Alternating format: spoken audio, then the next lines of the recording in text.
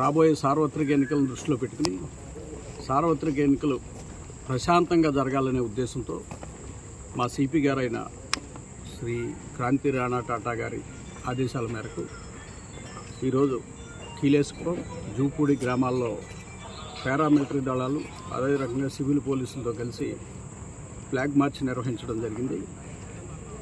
Main ఈ సందర్భంగా ప్రజలందరికీ చెప్పేది ఏంటంటే, దళాలన్నీ సంసిద్ధంగా ఉన్నాయి, మీరంతా ప్రశాంతంగా ఎటువంటి ప్రలోభాలకి లొంగకుండా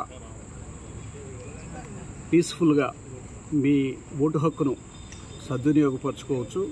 దీనికి మేమంతా కూడా అండగా ఉన్నామని చెప్పాలనేదే మా ఉద్దేశం. కాబట్టి ప్రజలందరూ కూడా ప్రశాంతంగా వారి ఓటు హక్కును వినియోగించవలసిందిగా ఈ సందర్భంగా విజ్ఞప్తి చేస్తున్నాం. Thank you.